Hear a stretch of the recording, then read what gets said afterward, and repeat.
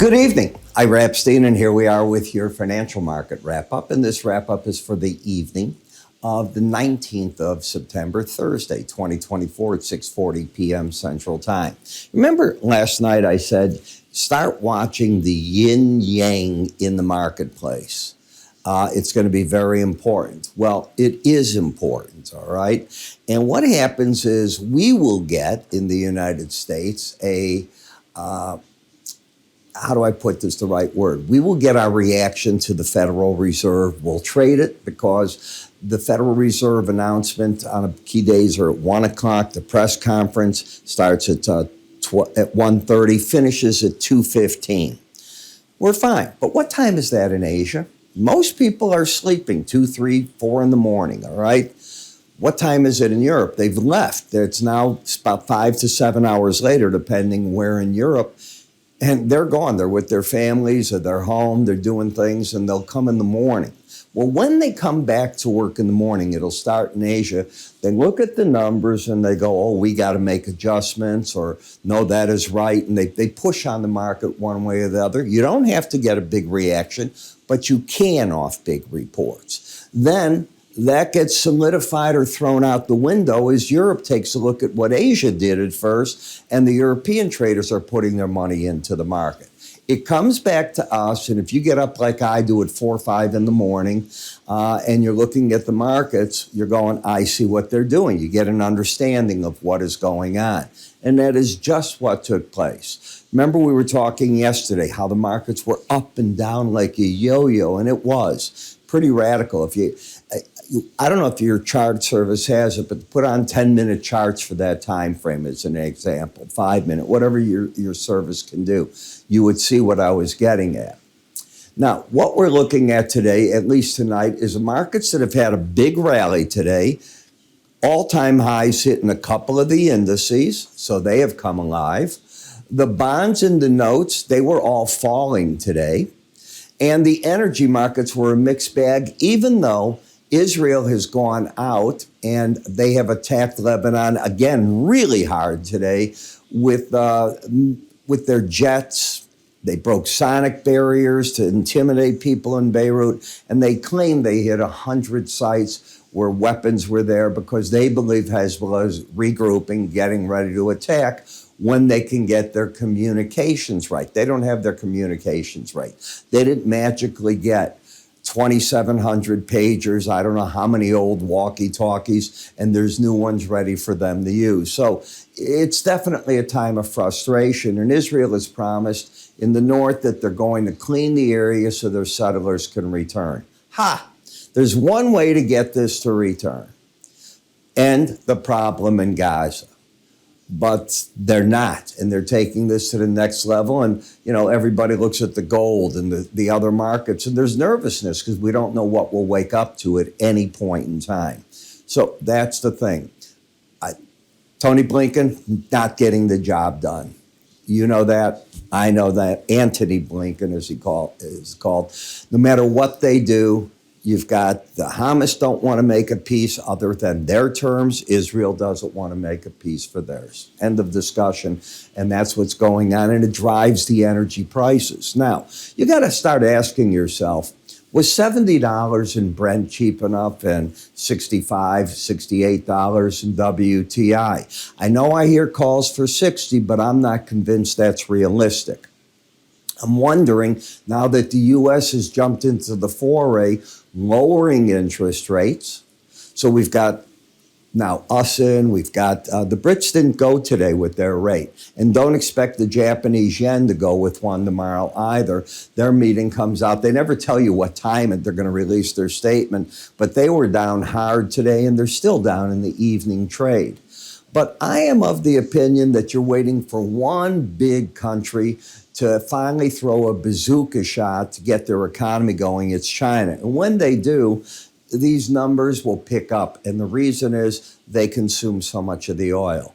They've got a lot in reserve. Just because they fire the bazooka, it'll first be buy the rumor, and then you'll have some time to wait as the real numbers come through. When I look at the E-mini on a weekly closing basis, you are at an all-time high right at this minute. So let's call it the way it is. Now, You should be saying, Ira, didn't you say that September and early October are the weakest times of the year? I did. I haven't changed my opinion. I was watching Tom Lee today of Fundstrat. He mentioned the identical thing. Bob Michael has mentioned the thing. That doesn't mean we're right. We understand that that is what history shows. And you wait for your turns. You want to buy that rally? God bless you, go ahead and do it. The market has come up, obviously quite nice. It's had higher lows, higher highs. It has held the 18-day average. In fact, it's never tested it. It got over it, and it just kept going every day. And magically, I am at a trouble number. The upper Bollinger Band, the first time you hit it, upside or downside, you go on your chart and take a look. More times than not, it becomes an area where the market may stall. The word is may. Why? Are you embedding or not? If you're not embedding, you can go higher, okay? If you are embedding, you can go higher. Or if you are embedding bearish, you can go lower. But often what happens in these, like here, I can understand this one. You're playing, you re-embed, you're going again. In here, you came down, you were embedding or fighting for it. You came down. And right now, you're not embedding. This is a market that is overbought. I think some of the algorithm trades are coming off over here. I think the same thing is going to be true of the NASDAQ. Identical picture as I see it. And the Dow, the same picture. That does not mean you can't go higher. But we're only at the 19th. This is the day of the 20th. We've got to prove that we can go about 20 more days. And then I'll say, nah, didn't pay attention this year. That's fine. Am I telling my clients to go short? I am not. Am I telling you to go short? No. I am telling you that what I think's going on is you're at a number where the algorithm traders, some of them are probably cutting positions or coming out of the market against Bollinger Bands. That I will defend, and that's what I think's going on. Same thing in the Russell at this point. What the heck happened here? Here we go big. We recalibrate, we catch up, whatever the word is you want to call it. Drop the number 50 basis point, and with it, the futures markets fall apart, which means yields went right back up. 5-year, identical thing. Well, you did lose embedded readings. Pay attention. You did get to the Bollinger Band and they pulled back. Pay attention. Okay? Again, charting is about playing the percentages. No chartist I know wins trade after trade after trade. If you find that guy, latch on to him, because I don't know anyone that's ever done that. Could it be? It might be, but I don't know who that is. Not if you're watching the markets day to day. If you're watching the market over a year basis, or you're a Warren Buffett, you've got a bigger span. I don't even know that they use charts. How's that for reality? People like that are going off of other things that they believe in. Okay, the dollar, higher high, lower low. You hit the Bollinger Band and you went right back to the 18-day average. So you don't have to agree with what I'm saying, that the first hit and you're not embedded is where the pros take money off the table. But I see this over and over and over. There's a reason that you see it. Now, when we come over to the euro, you never did hit the upper band. You are overbought. You had a market here, and it's pretty fascinating what this market did. If we step back and we look at yesterday, you had an outside day up. So if you go through that, well, your target's right here. It's the closest moving average if you go through it. It went through it. And now if it goes back up, the Bollinger Band will be the resistance, and you're overbought. A difficult chart. The British pound, you're at a zone that the market should have some trouble with the upper Bollinger Band. You're overbought. You got there. I think the pros came out. You had an outside day today again, where you went up to that number. If you take this area out, it could be a problem for the market. That's all. Next chart that we have here is micro Bitcoin. Just yesterday, I said, and the videos are there, I said, we're at a zone right. Let me get over to this the right way. Can I get this to come? Yeah, there we go. It'll do it now. Let's go to yesterday. I said, you've now turned bullish until the market takes this out. It is overbought, but if it wants to run, one of the targets could be the combination of the 100-day average and the Bollinger Band. Ready, set, go. Okay, I did my job. I won that one. But this is what's bothering me. I watched who got bearish here calling for the $60 marks. Remember, when the market's going up, there's always somebody calling that's going higher. Remember, we hit 5,800 just recently, 57, where you're at in the S&P, and the $6,000 calls came. Well, as we came down here, the calls are coming in for $60 a barrel. In order for this to go to $60 a barrel, in my opinion, you have to have the economies shutting down. How much worse can it get for China? I don't think a lot worse. Therefore, the question is the money we're throwing in, at what point does it rev up Germany, who hasn't revved up? They're in a recession at this point. They're talking, how do they stop making electric vehicles? And that's the problem. Most westernized countries, the vast majority, don't have the facilities in place to travel any distance with an electric card without worry coming into the driver's mind, where am I going to charge this card?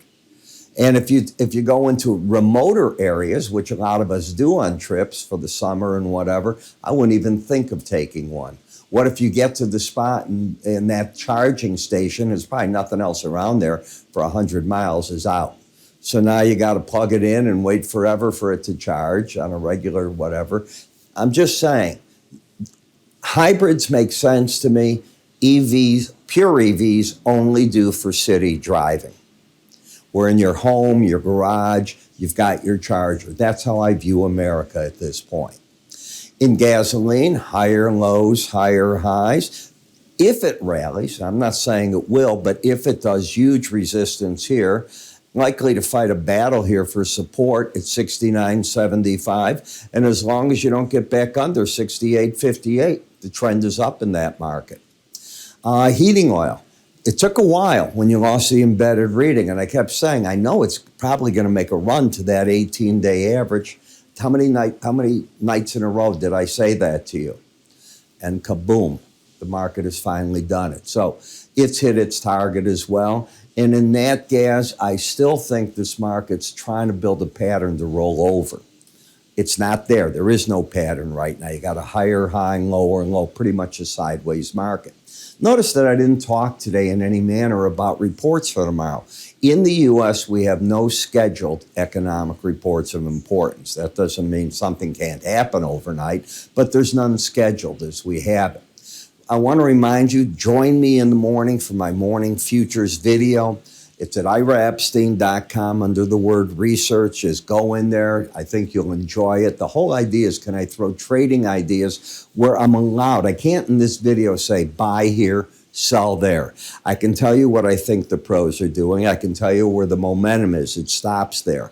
I'm going to be very specific in my other videos. I cover an awful lot of markets, including the ETFs, the stock market. There's generally some position that is meant there to be put on between that whole array.